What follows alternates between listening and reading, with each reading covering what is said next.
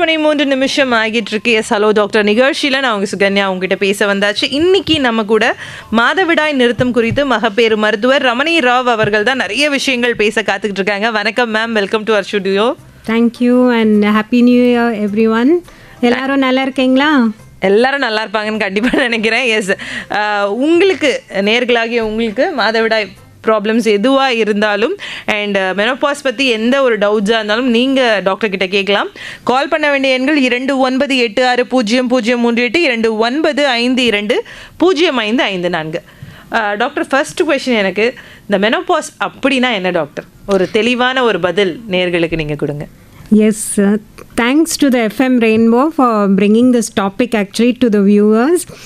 மெனோபாஸ்னால் என்னென்னா, இப்போது ஒரு லேடிக்கு மாதம் பீரியட்ஸ் வர்றது ஒரு 12 மாதம் வரைக்கும், தட் இஸ் ஒரு வருஷம் வரைக்கும் பீரியட் வராமல் இருக்கிறது தான் தட் இஸ் கால்ட் மெனோபாஸ். இந்த மெனோபாஸில் என்ன ஆகிறது, நம்ம லேடிஸ்க்கு இருக்கிற ஹார்மோன்ஸ் ப்ரொஜெஸ்ட்ரான், ஈஸ்ட்ரோஜன் அதெல்லாம் கம்மி ஆகிடுது. எஸ்பெஷலி ஈஸ்ட்ரோஜன் ரொம்ப கம்மி ஆகிடும் இந்த டைமில்.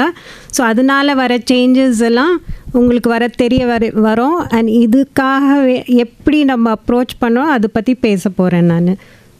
ஓகே, இதை பற்றி தான் நம்ம பேச போகிறோம் அப்படின்னு சொல்லிட்டாங்க.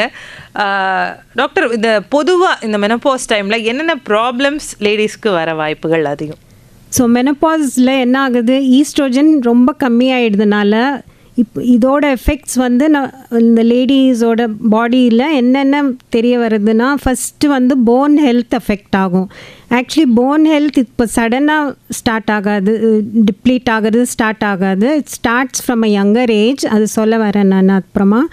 And secondly heart health affect ஆகும், ஸ்கின் ஹெல்த் அஃபெக்ட் ஆகும், தென் யூரினரி சிம்டம்ஸ் அஃபெக்ட் ஆகும், sexual health and mental and psychological ஹெல்த்தும் அஃபெக்ட் ஆகும். ஓகே, இருதய கோளாறுகள் வரலாம், உங்களுடைய எலும்பில் பிரச்சனைகள் வரலாம், உங்கள் மன ரீதியான உளவியல் ரீதியான பிரச்சனைகள் வரலாம், அண்ட் செக்ஷுவல் ஹெல்த்லேயும் நிறைய பிரச்சனைகள் வரலாம். இவ்வளோ விஷயங்கள் அதில் இருக்குது அப்படின்னு சொல்லியிருக்காங்க. நிகழ்ச்சியோட அடுத்த காலர். வணக்கம். வணக்கம் சகோதரி, மருத்துவர் அம்மா கிட்ட பேசணும். சொல்லுங்க, பேசுங்க. Good afternoon doctor. Good afternoon, சொல்லுங்க டாக்டர். 2 கொஸ்டின் இருக்கு. ஒன்று இப்ப நீங்க சொல்லிட்டு இருக்க தலைப்புக்கு முந்தினது, அதாவது பருவம் எழுதுறது சின்ன வயசுலயே ரொம்ப சீக்கிரத்திலேயே ஏஜ் அட்டன் பண்றாங்க.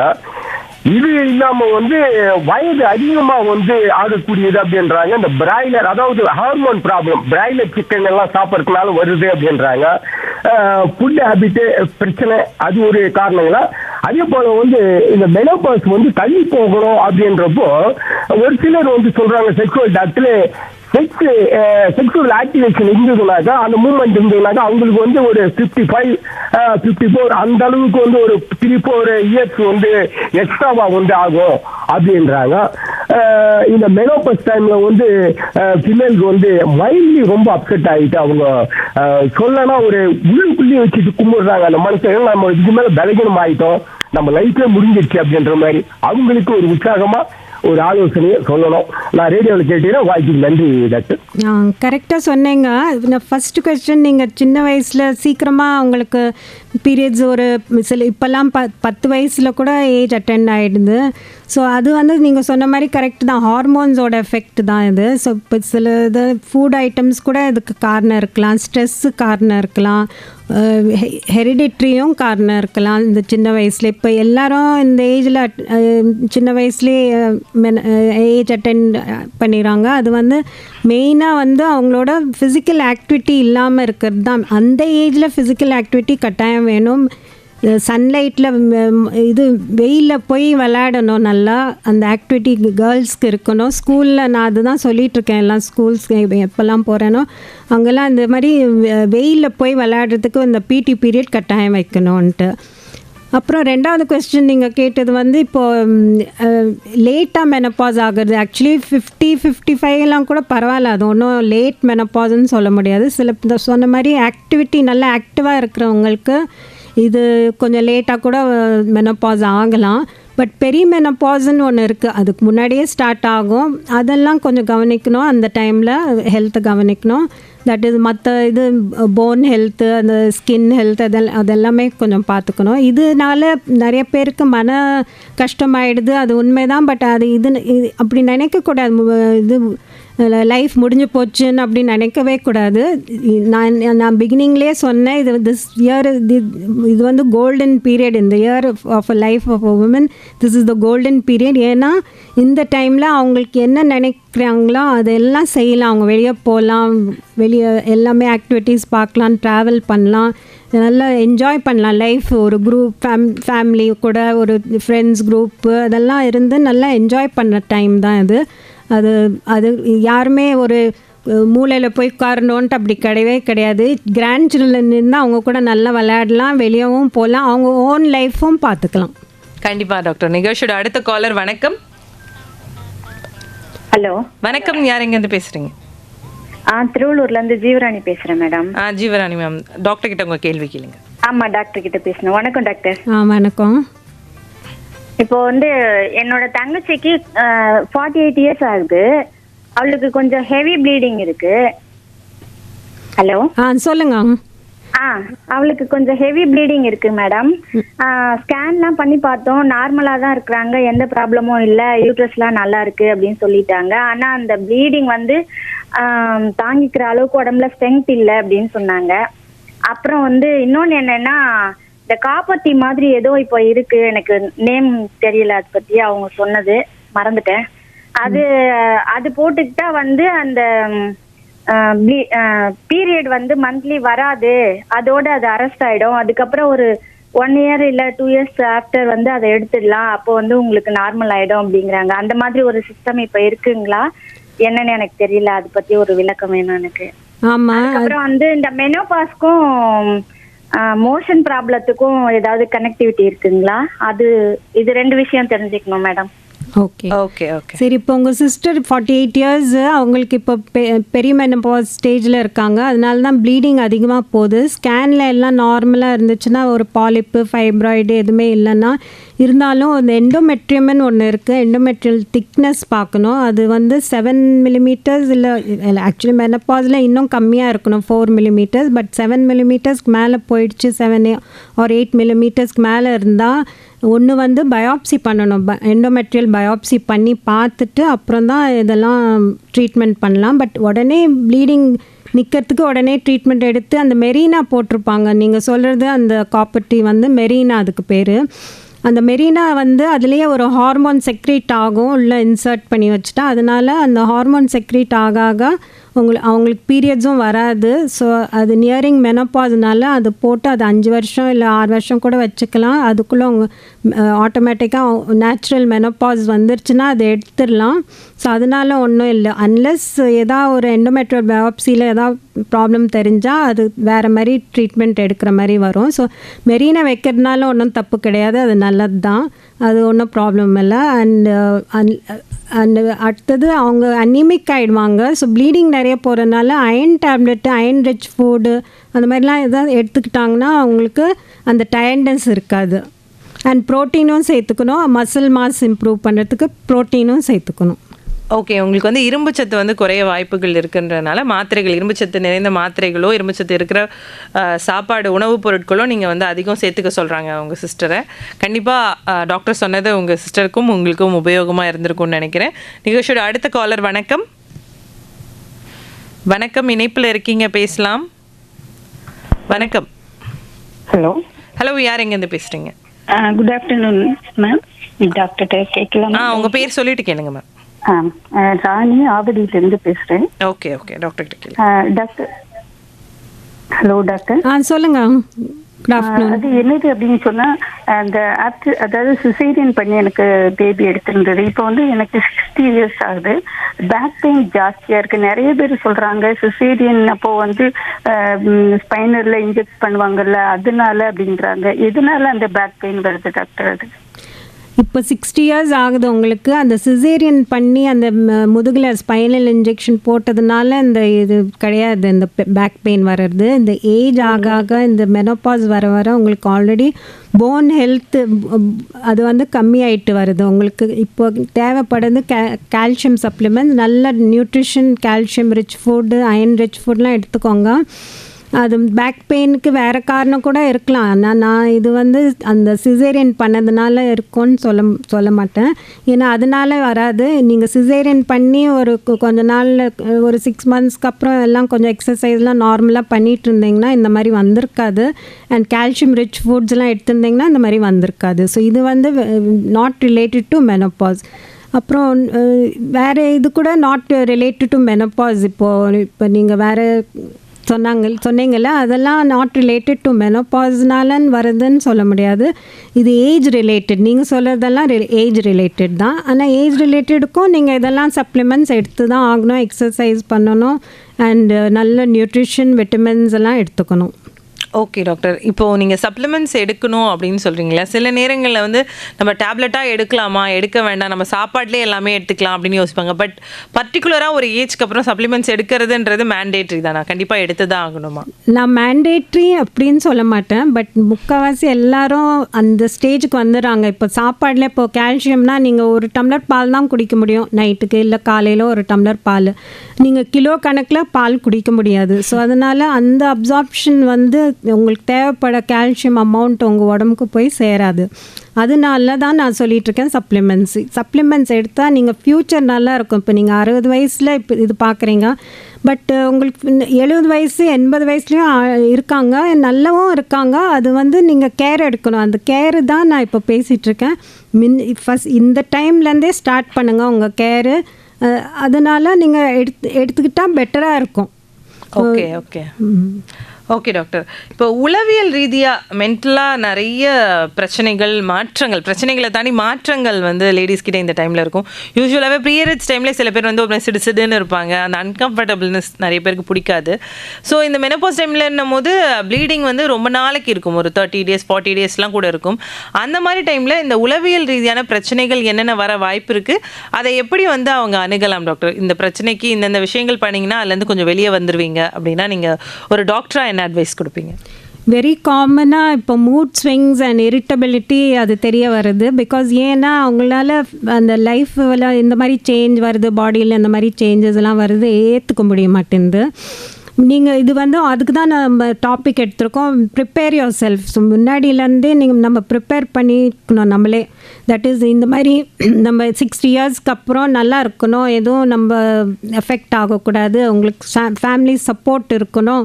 ஒரு ஃபேமிலி சப்போர்ட் இல்லைன்னா அட்லீஸ்ட் ஃப்ரெண்ட்ஸ் சப்போர்ட் இருக்கணும். நீங்கள் இது வந்து ஒரு டிசீஸாகவே நினைக்கக்கூடாது. Actually it is not a disease.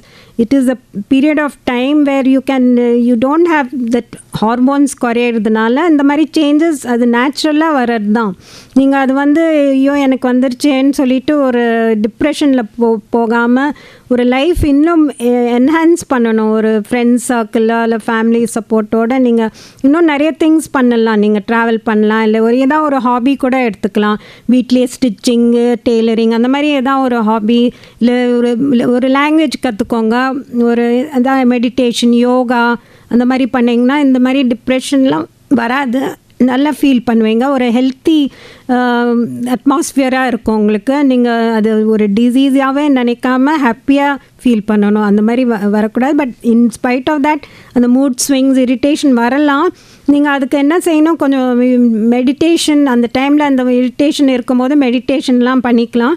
அது பெருசாக ஒன்றும் ஆகாது. பட் அந்த மாதிரி தவறி போய் அவங்களுக்கு இது இன்க்ரீஸ் ஆகிடுச்சு அந்த ப்ராப்ளம்னா அதுக்கும் மெடிசன் இருக்குது, ட்ரீட்மெண்ட் பண்ணலாம், சரி பண்ணலாம். ஓகே, மருத்துவர் அணுகுனா அவங்க ஒரு ப்ராப்பர் கைடன்ஸ் அவங்களுக்கு கொடுப்பாங்க. இதுதான் டாக்டர் சொல்கிறாங்க. ஆக்சுவலி இந்த மூச்சு பயிற்சி, மெடிடேஷன், யோகா இதெல்லாம் நீங்கள் பண்ணிங்கனாலே ஓரளவுக்கு நீங்கள் அந்த ஒரு ஒரு ஒரு மாதிரியான மூடியான ஒரு அந்த சுச்சுவேஷன்லேருந்து கொஞ்சம் வெளியே வந்துடுவீங்க. அடுத்தது குடும்பத்தில் இருக்கவங்களை பற்றி பேசலாம். அதுக்கு முன்னாடி ஒரு காலர் வந்துட்டாங்க. வணக்கம். ஹலோ, கனிமொழி பேசுகிறேன். சொல்லுங்க கனிமொழி, உங்கள் கேள்வியை டாக்டர் கிட்ட கேளுங்க. டாக்டர் மேம், சொல்லுங்க. யூரின் இன்ஃபெக்ஷன் இருக்கிறது ட்ரிப்ஸ் ஏற்றணும் மேம். இப்ப அப்பெல்லாம் எனக்கு வந்து நமைச்சலோ எரிச்சலோ இல்ல.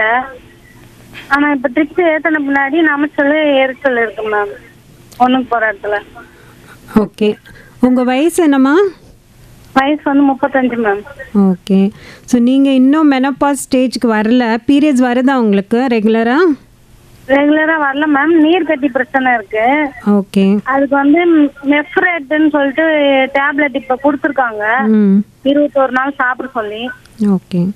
அப்புறம் பேண்டெக்ஸ்னு இன்ஜெக்ஷன் ஒரு 5 இன்ஜெக்ஷன் போட்டேன் மேம்.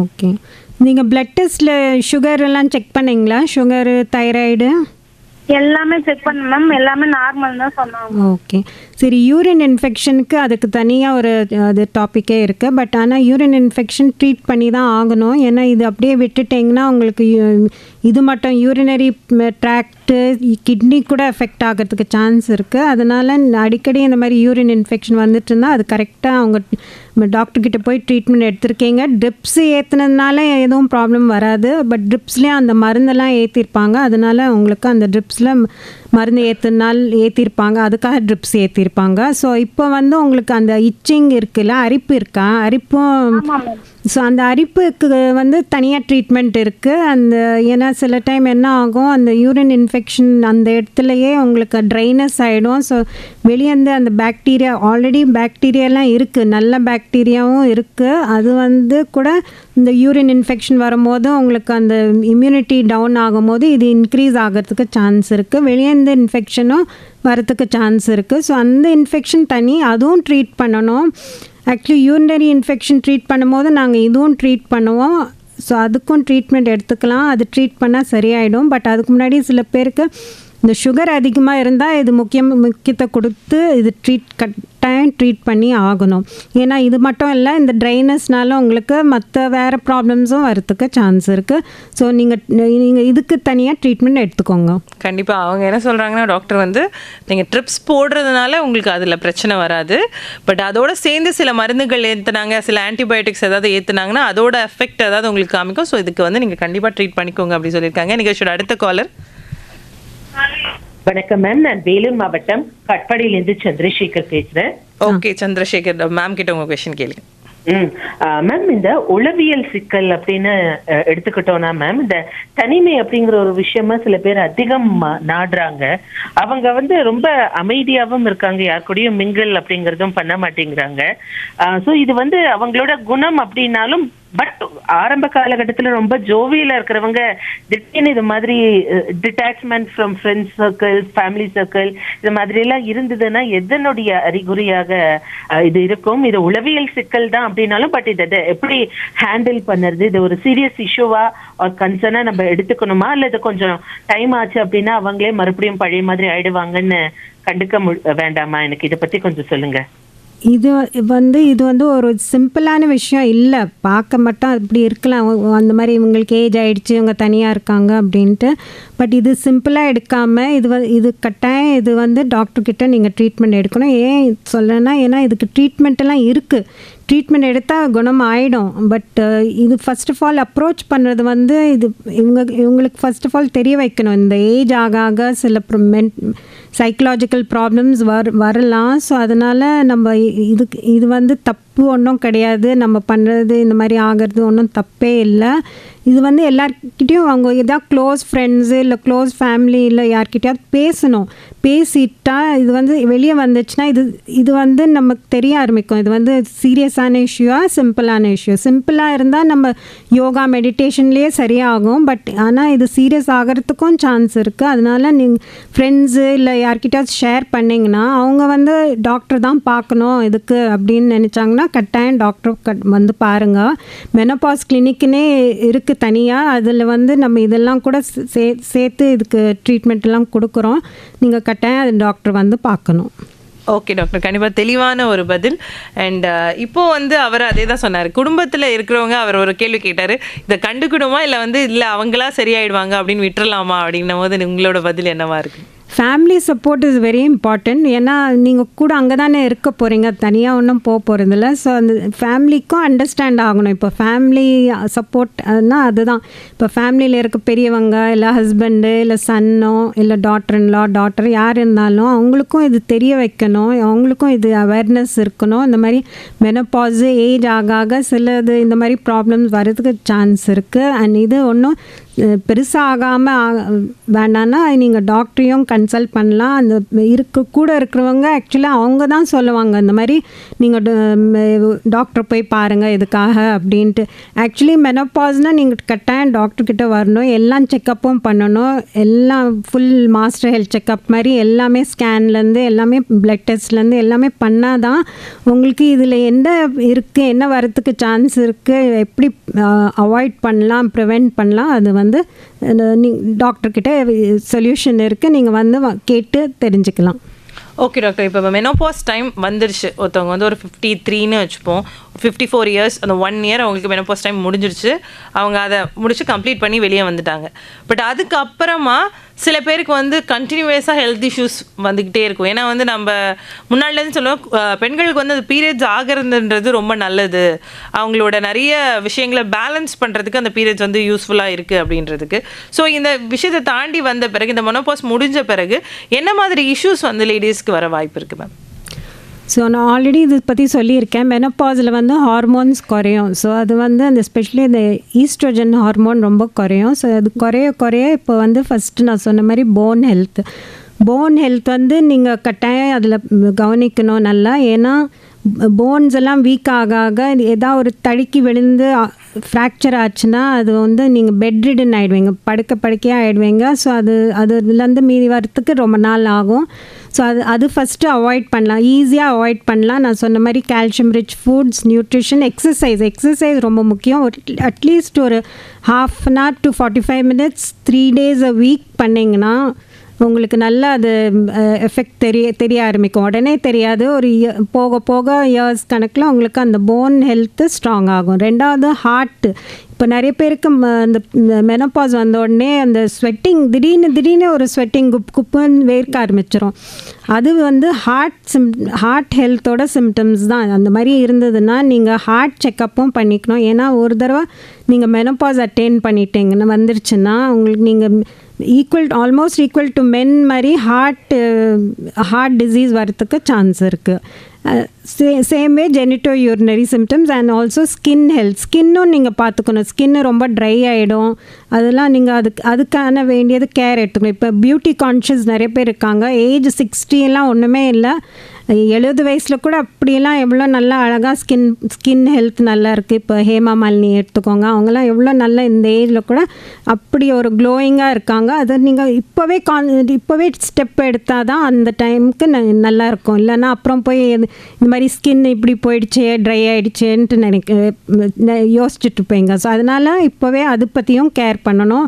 எல்லாம் மற்றதெல்லாம் சொல்லியிருக்கேன், நீங்கள் இது ஷுவராக இது பற்றி டேக் கேர் பண்ணணும். ஓகே டாக்டர், ஆக்சுவலி இப்போது இன்னொரு விஷயம் பார்த்திங்கன்னா, சில பேருக்கு 1 year அந்த மெனோபாஸ் முடிஞ்சிடும், டைம் முடிஞ்சிடும், பீரியட்ஸ்லாம் நின்றுடும், 1 year நார்மலாக இருப்பாங்க. திடீர்னு வந்து 1 year கழித்து ஒரு ப்ளீடிங் ஆயிரும். அவங்களுக்கே குழப்பமாயிரும், என்னடா இது திடீர்னு ஏன் ஆச்சு, இதை வந்து நம்ம நார்மலாக விட்டுறலாமா, இல்லை வந்து இதுக்கு டாக்டர்கிட்ட போகணுமா அப்படிங்கிற ஒரு டவுட்ஸ் இருக்கும். அவங்களுக்கு என்ன சொல்வீங்க டாக்டர் நீங்கள்? மெனோபாஸ் வந்து கொஞ்சம் வருஷத்துக்குள்ளேயே இந்த மாதிரி எதாவது ப்ளீடிங், ஸ்பாட்டிங் அந்த மாதிரி ஆச்சுன்னா எப்படியும் நம்ம ஸ்கேன் எடுக்கணும். ஸோ ஸ்கேனு மற்ற எல்லா டெஸ்ட்டும் ரெகுலராக பண்ணிகிட்டே இருங்க. ஸ்கேன் முக்கியமானது.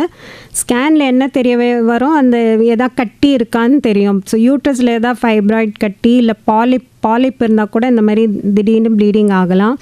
எண்டோமெட்ரியல் திக்னஸ் பார்க்கணும். அந்த எண்டோமெட்ரியம்னு ஒன்று இருக்குது, அது திக்னஸ் பார்க்கணும். இதெல்லாம் கொஞ்சம் எதாவது நார்மல்லேருந்து வேரியேஷன் இருந்தது, இல்லை பாலிப் இருந்தது, ஃபைப்ராய்ட் இருந்தால் நம்ம எண்டோமெட்ரியல் பயாப்சி பண்ணி அது தெரிஞ்சுக்கலாம்.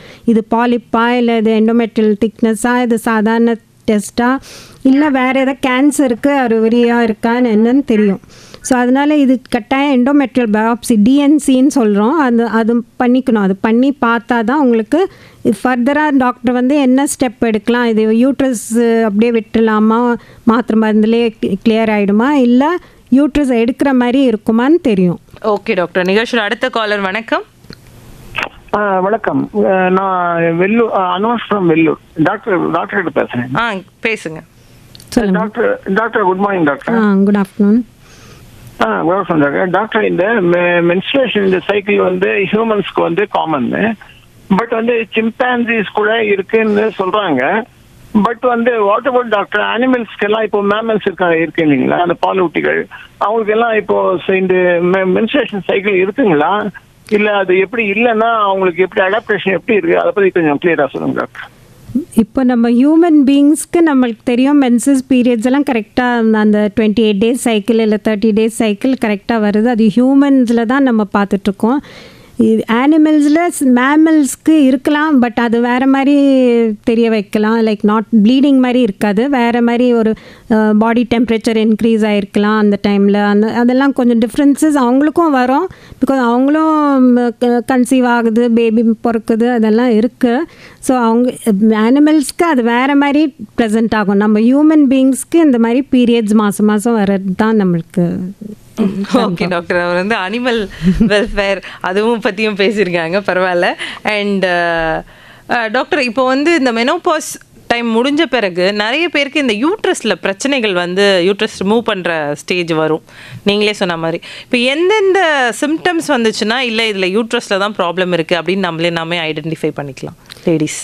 ஸோ ஸ்கேன் தான் முக்கியமானது. இப்போ ஒரு டூல் எல்லாருக்கிட்டையும் ஸ்கேன் ஈஸியாக பண்ணிக்கலாம். நீங்கள் ஸ்கேன் பண்ணி பாருங்கள், யூட்ரஸ் சைஸு, யூட்ரஸில் எதாவது கட்டி இருக்கா, ஃபைப்ராய்ட் கட்டி இருக்கா, இல்லை பாலிப் இருக்கா, இல்லை வேறு மாதிரி இப்போ ஒரு என்டிட்டி இருக்குது endometriosis, that is or adenomyosis கூட சொல்கிறோம். அதில் என்ன ஆகுது, சில டைம் பெயின் அதிகமாக இருக்கும். ஸோ பீரியட்ஸ் இல்லாமல் கூட சில பேருக்கு பெயின் இருக்கும். அது போய் செக் பண்ணுங்கள். செக் பண்ணிவிட்டு இது எதனால் இந்த மாதிரி ப்ராப்ளம்ஸாக இருக்குது. சில விஷயம்லாம் சப்போஸ் கேன்சருக்கு ஏதாவது அறிகுறி இருந்துச்சுன்னா கட்டாயம் யூட்ரஸ் ரிமூவ் பண்ணி தான் ஆகணும். அது கரெக்ட் ஸ்டேஜ், ஏர்லி ஸ்டேஜில் நீங்கள் போய் பார்க்கணும். அதுக்கு தான் நீங்கள் ரெகுலர் செக்கப் பண்ணணும், ஸ்கேன் பண்ணணும். இந்த மாதிரி எதாவது ப்ராப்ளம்ஸ் வந்துச்சுன்னா இதுக்கு எண்டோமெட்ரியல் பயாப்சி இருக்குது, அது பண்ணி பார்த்தா நம்ம ஏர்லி ஸ்டேஜில் உங்களுக்கு அது கிளியர் பண்ணி கொடுத்துடலாம். இப்போ நீங்கள் லேட்டாக வந்தீங்கன்னு வச்சுக்கோங்க, ஒரு 80 வயசில் வந்துட்டு இந்த மாதிரி இருக்குது அப்படின்னு சொன்னால் இது ஆல்ரெடி ஸ்ப்ரெட் ஆகிருக்கலாம், இன்ஃபில்ட்ரேட் ஆகிருக்கலாம், அது பக்கத்துலலாம் ஸ்ப்ரெட் ஆகிருக்கலாம். அந்த ஸ்டேஜில் வந்தால் நம்ம யூட்ரஸும் ரிமூவ் பண்ண முடியாது. ரேடியோ தெரப்பி இல்லை கீமோதெரப்பி தான் கொடுக்குற மாதிரி இருக்கும். கீமோதெரப்பி கூட இந்த ஸ்டேஜ்லலாம் கொடுக்க முடியாது. அந்த சர்விக்ஸு இதெல்லாம் ப்ரிவெண்ட் பண்ணுறதுக்கு, ஆக்சுவலாக சர்விக்ஸ் கேன்சர் எல்லாம் ப்ரிவெண்ட் பண்ணுறதுக்கு வேக்சின் வந்திருக்கு, ஹெச்பிவி வேக்சின்னு. அது ஒரு வாய்ப்பு கொடுத்துருக்கீங்க அதை பற்றி பேசுகிறதுக்கு. ஹெச்பிவி வேக்சின் இப்போ சின்ன கேர்ள்ஸ் 9 இயர்ஸ்லேருந்தே போட ஆரம்பிக்கலாம், ஸ்கூல்லையே போட ஆரம்பிக்கலாம் அந்த ஹெச்பிவி வேக்சின்னு. அண்ட் பாய்ஸ்க்கும் போடலாம், ஏன்னா அந்த ஹெச்பிவி வேக்சின் வந்து வைரஸ் வந்து can be transmitted from boys also and from the boys also. So அதனால பாய்ஸ்க்கும் இந்த ஹெச்பிவி வேக்சின் போடலாம். This will prevent cancer for the girls in the later age also. So அது கட்டாயம் இருக்குது. இப்போ ஹெச்பிவி வேக்சின் அவைலபிளாக இருக்குது, எல்லாரும் போடுறது நல்லது. 9 இயர்ஸ்லேருந்து 45 இயர்ஸ் வரைக்கும் இந்த வேக்சின் போடலாம். ஓகே டாக்டர், ஒரு ரொம்ப இம்பார்ட்டண்ட்டான ஒரு விஷயத்தையும் சேர்த்து சொல்லியிருக்கீங்க. ஆக்சுவலி நம்ம நிகழ்ச்சியோட நிறைவுக்கு வந்துட்டோம். இப்போ மெனோபாஸ் டைம், இந்த மாதவிடாய் நிறுத்த டைமில் இந்தந்த விஷயங்கள் செய்யலாம், இந்தந்த விஷயங்கள் செய்யக்கூடாது அப்படின்னா டாக்டரா நீங்கள் என்ன சொல்வீங்க டாக்டர்? ஃபர்ஸ்ட் ஆஃப் ஆல் எல்லோரும் ஹாப்பியாக இருங்க. பிகாஸ் இதனால் ஒன்றும் யாருக்கும் பயப்படுறதுக்கு ஒன்றும் இல்லை. எல்லாமே மருத்துவர் இருக்காங்க. எல்லாம் எந்த ப்ராப்ளம் இருந்தாலும் சீக்கிரம் வந்து பார்த்து இது சரி பண்ணிடலாம். சரி பண்ணுறதுக்கு எல்லா இதுவும் இருக்குது உங்ககிட்ட. இப்போ இந்த காலத்தில் ஈவன் ஆர்டிஃபிஷியல் இன்டெலிஜென்ஸ் வந்திருக்கு. Everybody can be treated. But don't take it as a disease. Menopause is a natural thing. Accept it happily and live peacefully and also improve your quality of life. I would suggest that you do exercise even for half an hour, if not every day, alternate days ஒரு half an hour exercise, walking கூட பண்ணலாம், climbing stairs பண்ணலாம், இல்லை ஏதாவது ஒரு exercise ஜிம்முக்கு கூட போகலாம். ஜிம்முக்கு போனீங்கன்னா ஒரு எக்ஸ்ட்ரா ஆடட் அட்வான்டேஜ் வந்து மசில் ஸ்ட்ரென்த் இம்ப்ரூவ் ஆகும். இந்த ஏஜில் மசில்ஸ் கூட வீக் ஆகும். ஸோ அதனால் அதுவும் ஒரு ஆடட் அட்வான்டேஜ். பண்ணக்கூடிய வேண்டியது exercise and then second diet accordingly balance nutritious diet இருக்கணும் உங்களுக்கு எல்லாருக்கும். அண்ட் ஃபர்ஸ்ட் ஆஃப் ஆல் அந்த மென்டல் ஹெல்த் ஹாப்பியாக இருங்க. உங்களே நீங்கள் ஹாப்பியாக நீங்களே ஒரு ஹாப்பி ஃபிகராக பார்த்துக்கோங்க. உங்களே சொல்லிக்கோங்க, நான் I am very happy today. அந்த மாதிரி சொல்லிகிட்டே இருங்க, நல்லது தான் நடக்கும். தேங்க்யூ. ஓகே டாக்டர், கண்டிப்பாக இந்த 1 மணி நேரம் நிறைய கேள்விகள் நானும் கேட்டேன், நேயர்களும் கேட்டாங்க. அவங்க சொல்கிற மாதிரி அந்த ஹாப்பி ஃபிகர் மாதிரி அந்த ஃபேஸ் எனக்கு ஒரு சிரிச்ச முகத்தோட தான் ஸ்டுடியோவில் இருந்து எல்லா விஷயத்தையும் சொன்னாங்க. மாதவிடாய் நிறுத்தம் குறித்தும் மெனோபாஸ் குறித்து மகப்பேறு மருத்துவர் ரமணி ராவ் அவங்க கூட தான் இவ்வளோ நேரம் பேசிட்டு இருந்தோம். Thank you doctor. Thank you and wish you all everybody the best in life. Thank you.